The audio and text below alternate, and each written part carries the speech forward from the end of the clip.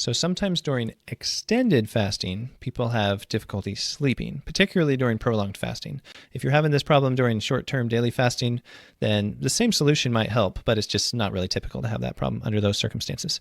So in this video, I'm going to talk about why do people have difficulty sleeping during a long fast, what changes are happening in the body, etc., what's contributing to that, and what you can do about it. So there's one main solution, which I'll explain, and then some other things that may also help. So I'll cover that main solution and some other tips, along with what ultimately helped me sleep better during prolonged fasting. By the way, I'm Ben. I'm a PA, and I share tips and strategies about health and nutrition and intermittent fasting. So why does prolonged fasting lead to difficulty sleeping, at least for some people, some of the time?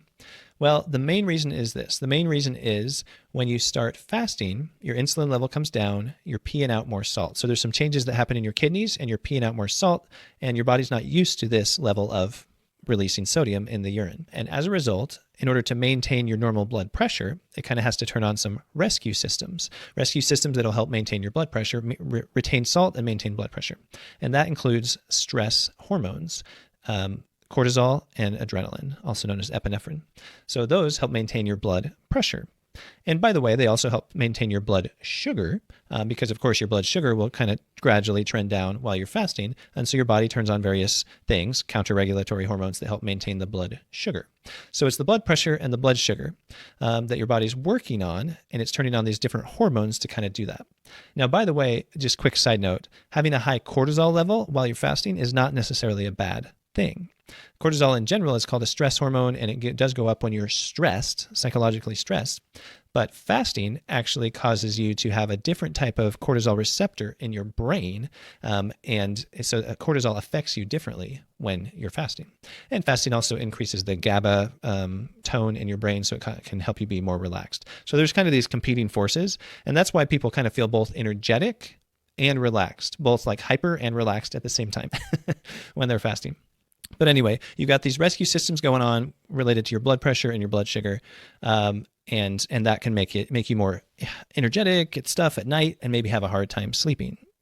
So that's the main reason that sleep can be difficult, but what can you do about that?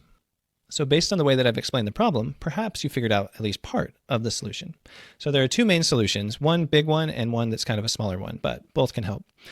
So the biggest solution is, remember, you're losing more salt in your kidneys, and you're not consuming any salt if you're fasting for multiple days or a whole day. So what can you do? Well, get some salt. So salt is the biggest solution to difficulty sleeping at night during extended fasting. Salt, salt, and more salt. Don't forget the salt. If you want to know how much salt to consume on an average day, I recently shared a detailed summary about this book called The Salt Fix. And he's not talking about fasting, but he's talking about in general, people tend to do the best when their sodium consumption is between 3 grams and 6 grams of sodium per day. In general, based on certain research studies and stuff. So when you're fasting, maybe might want to consume about that much sodium per day, about 3 grams to 6 grams. How much is that in real life? Well, if you have a teaspoon of salt, that gives you about 2 grams. A full teaspoon of salt is about 2 grams of sodium. So it'd be something like 2 teaspoons per day of salt over the course of the day. And of course, you don't have to actually just spoon the salt into your mouth. You could use bouillon cubes. You could use certain types of broth. You could use dill pickles, things that have basically no calories but can give you a bunch of sodium. And you can do the math and try to get between 3 and 6 grams of sodium per day. So that's solution number one. For example, some of the early extended fasts that I did, from time to time I would have some difficulty going to sleep, and so I'd end up staying up till 2 a.m. or 3 a.m. and then sleeping in a little later the next day, and it would kind of throw my sleep schedule off.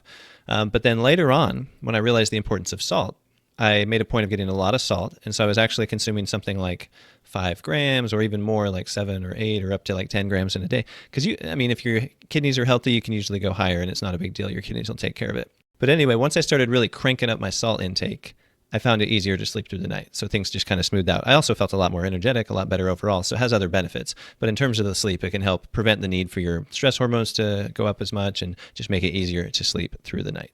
So the second solution is optional, but probably a really good idea for beginners, especially if you're having some of these types of challenges, including difficulty sleeping. So the second solution is training wheels. Because remember, I talked about not only blood pressure, but also blood sugar. So you got all these counter-regulatory hormones that are helping maintain your blood sugar. Your blood sugar is probably not going to go dangerously low for most people during extended fasting. It depends on your situation. But your body pretty much knows how to balance it out. But if you want to reduce the effect of these stress hormones during fasting, you can try using training wheels. So training wheels are types of food that have pretty low amount of energy, but they're going to just make it a little easier for you to get through the fast. So your body's still going to basically be in fasting mode, but with these small amounts of energy coming in that can help, boost or maintain your blood sugar just a little bit. So what could you use as training wheels? It would be things like chia seeds. You could take a couple tablespoons of chia seeds, soak them in water for a while, add some salt because you need salt. You could use things like dill pickles, which kind of serves both purposes, gets you the salt as well. Bone broth is one that Megan Ramos talks about a lot. So there's various possibilities. You just want something that's relatively low in energy, but can help boost you. Something that's not going to spike your blood sugar at all. Pretty low energy, low calories. If it has a lot of extra salt, that's actually a good thing. You can add salt to it, whatever it is, and just a small-ish amount to kind of tide you over. By the way, if you want more details about what to use for training wheels, I've got a dirty fasting cheat sheet that you can find at fastingwell.com/dirty. So feel free to check that out. I'll put a link below as well. So no discussion of sleep would be totally complete without mentioning other obvious things about what would help you sleep better. And that includes general sleep hygiene. So what do we mean by sleep hygiene? It's all the usual stuff that'll help you sleep better at night. So getting exposed to bright sunlight for a while in the morning, avoiding bright light at night, especially including bright light from screens, avoiding caffeine after noon because it takes a while for your body to get rid of it, and doing a lot of relaxing things for a few hours before bed and not things that stimulate your brain a lot during those few hours before bed. And if you really, really need it, you could try like a low-dose melatonin or something too, but you don't want to overdo it or do it for too long. But you could do like, usually lower dose is better in most situations for most people anyway. The high dose is overrated. So those are some general things to be aware of as it relates to sleep hygiene, and then the melatonin that I mentioned at the end. And by the way, if you have trouble sleeping on a prolonged fast, you could also just try getting up and doing something for a while and then go back to bed. That's what Dr. Fung often talks about actually with their patients when they run into those types of issues. So if you want to dive deeper into the topic of fasting and salt, I've got a relatively short video here where I talk about why you need more salt when you're fasting and kind of how to get it. And then if you want to dive really deep into the topic of salt, I've got a detailed summary of the book called The Salt Fix here, where you can learn a ton about the history of salt and why we've heard all these weird recommendations about limiting our salt and many other related things. Thanks for watching. I'll catch you next time.